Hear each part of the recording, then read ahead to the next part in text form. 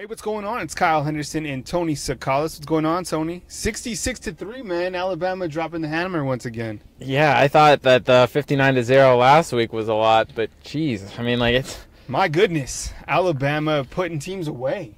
really. I mean, it's incredible what they're doing. I mean, these are the type of games over the last 2 weeks that you have to walk around with a calculator and you're just like dialing up stats from the past two games. How many yards have they accounted for in the last two games? And This is the biggest blowout since 1979 against Vanderbilt.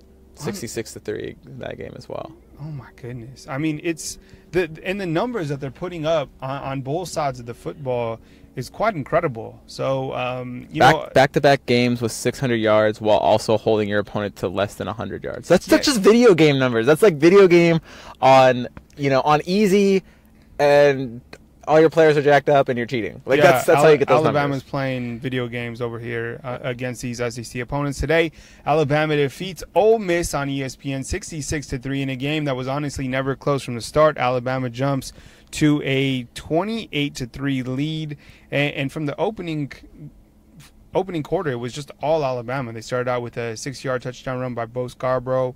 And then it was a Levi Wallace interception for a touchdown. Talk about that. I was impressed. Oh, yeah. I think, was it 35 yards? Yep. The interception? Yeah. I mean, the first defensive touchdown of the season. You had some great blocking by Deron Payne and Ronnie Harrison. Right. But, last season we saw so many defensive touchdowns. It was really the identity of that defense for a while was its ability to score. And then this year we haven't seen that until today. So I think it was kind of good for Alabama to get back in the swing of things and start scoring on defense.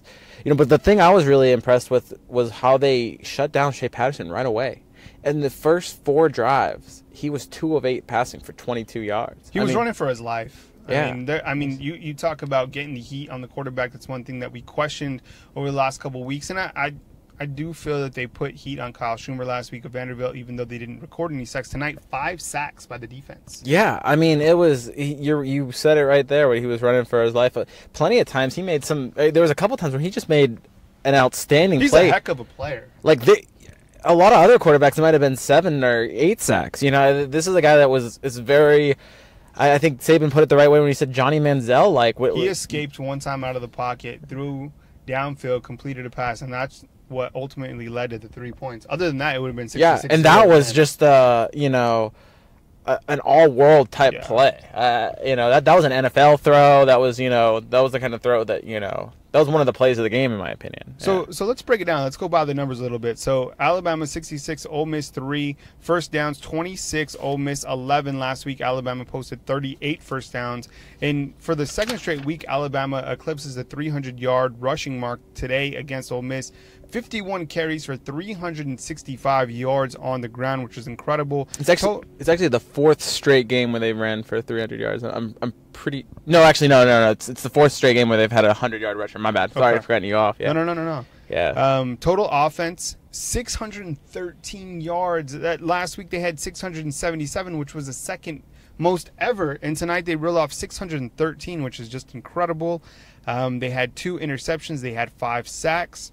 How about this first stat? This is a stat that Alabama has been struggling with to start the season. In the last 2 games, Alabama opponents are 1 of 23 on third down. Oh my goodness, 1 of 23. Yeah, if I'm correct, Vanderbilt was 1 of 10, and right here in front of me it says Ole Miss was 0 of 13.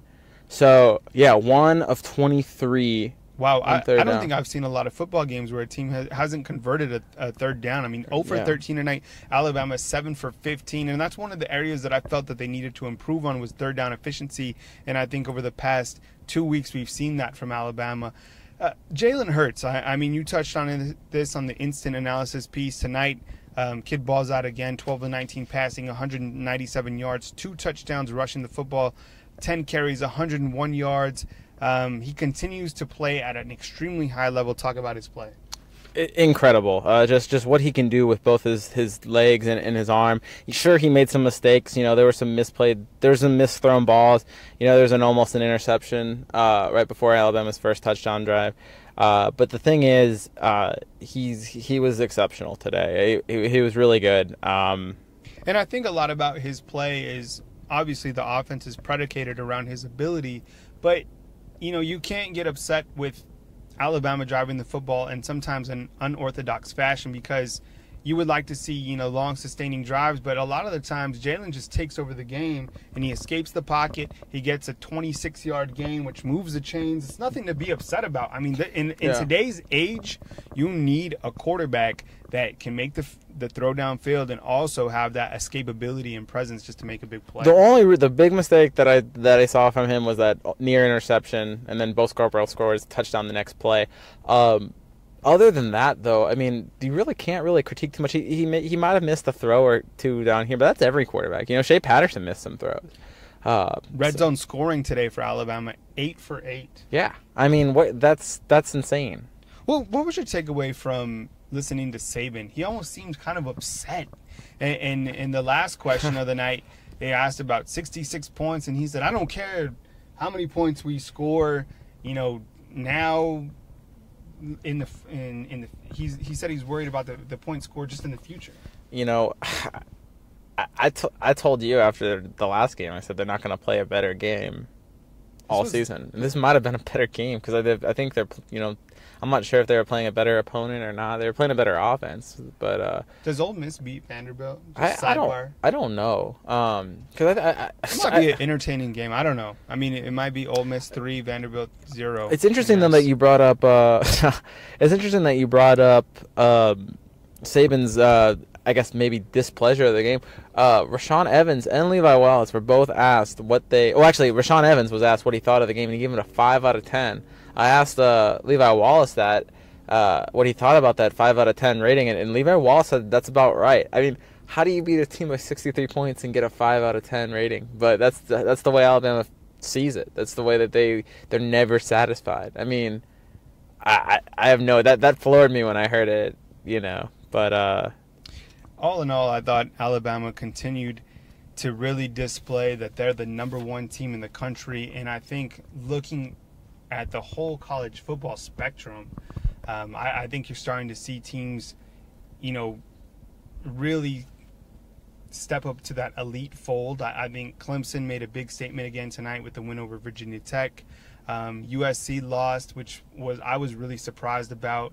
Georgia today with their monster 41-0 victory over Tennessee. It almost feels like, to me at least, that Alabama and Georgia seem to be on a collision course. Is that safe to say at this point? And it's pretty exciting. Another team that I thought looked well, and I know our listeners are not going to like it, but I like the way Auburn looked against Mississippi State, and that could also be a game. That's going to be a tough game. I mean, regardless, just because it is the Iron Bowl, it's going to be late in the year. Depending on how the rest of the season goes for Alabama, I mean, that game is always going to have high stakes. So I would agree with that. I think that's going to be a tough game for Alabama. Next week, Alabama will head to Texas A&M in a game that you'll be soloing going down to College Station. Me and Jalen Hurts going back to our roots in the Houston area. Jalen being from Channelview, you from the Woodlands.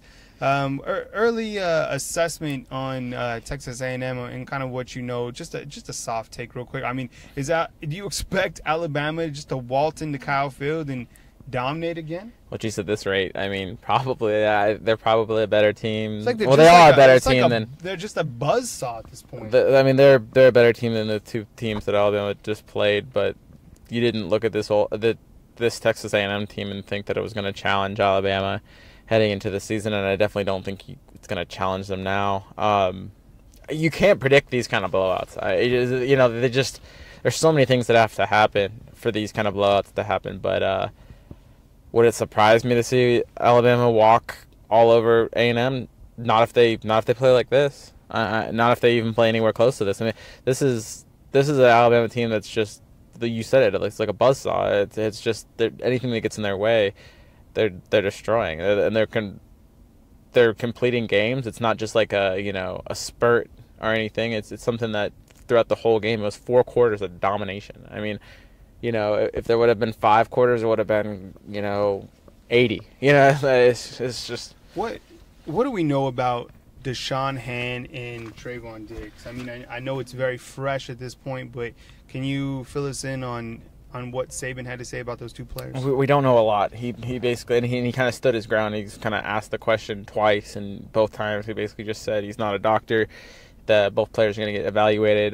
He kind of took a guess at Sean Han and said that it looked like an MCL sprain, which if it's just a sprain, then that would look to be maybe a couple weeks. If it's worse than that, then those kind of injuries can get really bad. But if it's just a sprain, it might be 3-4 weeks, which at this rate, I mean, I don't think Alabama's going to play anybody in 3 or 4 weeks. It's going to give them that much of a challenge. They've got guys like LeBron Ray.